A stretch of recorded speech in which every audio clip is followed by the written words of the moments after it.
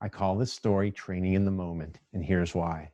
Last year, I was invited to join a team in Vancouver, Washington. Their goal was to cut their changeover time in their main processing line by 50% or more. While a stretch, I knew it was possible and it would be worth more than $1 million annually to the company. Definitely worth the effort. So on day one of the Kaizen event, 14 team members joined me and 15 other staff and managers were in the room when we kicked off the team. Now, early on, it's not unusual to be skeptical that we'll be able to create such a breakthrough result. In fact, one of the staff members raised his hand 30 minutes into the Kaizen to say, Adam, I don't see how this is even possible. How do you think we're going to be able to cut changeover time in half without spending tons of money and taking months to train everybody to get this done right?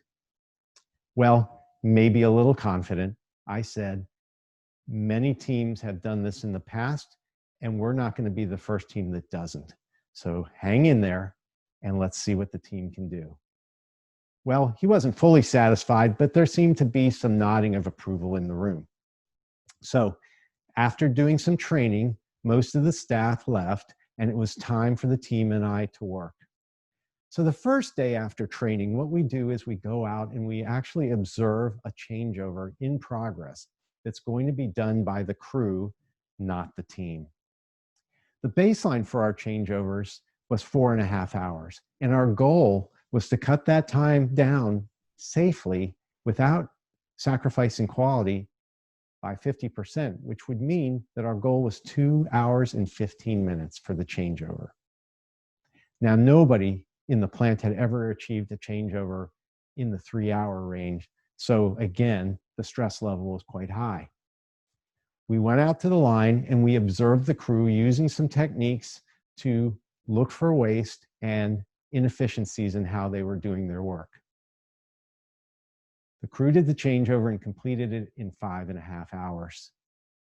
During that time, the team was taking all sorts of notes of ideas that they might have to improve things. After the changeover, we went back into the meeting room and we started to talk about what things we could do to make improvements in the changeover. That evening, we created the plans, and day 2 morning, we started implementing the improvements as chosen by the team. I gave the team until lunch to do that. And then after lunch, our goal would be to conduct the changeover with team members this time, allowing the crew to observe us rather than us to observe them. Well, the team did conduct the changeover, and it took just over 5 hours. So we weren't even in our baseline yet. But following that changeover, the team identified many more improvements that they thought they could make the following day. The following day, in the morning, the team once again made changes, and all of a sudden it started to look like something good was about to happen. Things looked better coordinated, there were great visuals, and some tool improvements. And after lunch, the team once again conducted the changeover and was able to achieve 3.5-hour changeover time. Well, they were amazingly excited. They couldn't believe that this could be possible. And they started to see that maybe we could get close to our goal of 2 hours and 15 minutes. So the evening of day 3, the team once again identified improvements that they could implement on day 4. Now on day 4, things change a bit. On day 4 morning, the team again implemented their improvements, including a whiteboard to coordinate the movements of all team members during the changeover. In addition to that, they created some nice preparatory steps that they could do before the changeover was to occur. But the difference in day 4 is that after lunch, the original crew was going to conduct the changeover using the team's improvements and using the team's coaching. And here's where the training was going to come in.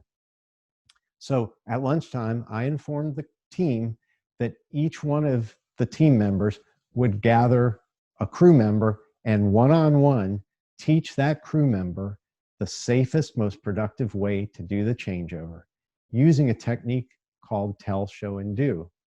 The team member was going to tell the crew member how to do the new changeover, showing all of the various tools to help them do that.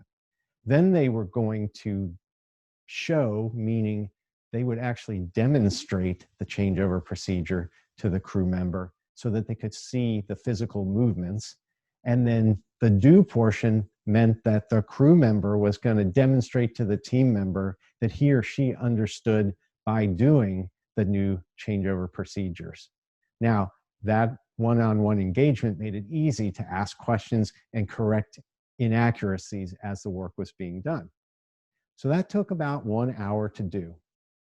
Once that training one-on-one was done, we were then going to conduct the preparation steps. Now, the crew members were going to do this work, and the team members were going to stay with them as coaches. They weren't allowed to do the work, but they were allowed to remind and reinforce the improvements that the team had implemented. So we started the clock at 2 hours before the changeover was to occur, and we started the preparation steps.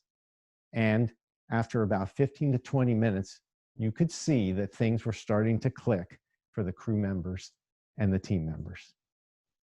Finally, the changeover clock started, and we set a timer and we started watching. And as we were watching, we were able to see the coordination of all the crew members as they were doing their changeover tasks. There was a board that was created that was showing the progress of each of the crew members as they did their work. And when it showed that a crew member was behind, the coordinator of the effort, which was the team leader, could ask people to help others to get their work done. And that worked very well. Well, all of a sudden it became apparent that we might actually hit our goal. And at 2 hours and 5 minutes into the changeover, there was a yell and clapping and high-fiving. The team had thought that they had beaten their goals. But then somebody spoke up and said, wait a minute, we didn't get quality to approve our changeover. Somebody called them. So they called a representative from quality. She came right out, looked at the product, did the appropriate testing, and approved it. And at 2 hours, 9 minutes, and 52 seconds, the changeover was over. And there was even louder clapping, whooping, high-fiving, and hugging, which probably had never happened in that plant. Now, that was great. The team made their expectation and made their goal. We got feedback from the crew who told us a few things that they really loved about the changeover and a few things that could be even better, which gave us even more positive hope that we could be even better. The team came back into the room and reflected on their skepticism from day one till now. They told me to a person, we never thought this would be possible. And I reminded them what I said on day one. We've never not met this expectation, and you weren't going to be the first. Fantastic job. Congratulations. Following this event, the plant had its record performance month. I hope this story provided you with some inspiration to revisit your own processes. I have a lot more I'd like to share. Head over to pi-partners.com to learn how I can help. And check back from time to time for more Kaizen stories.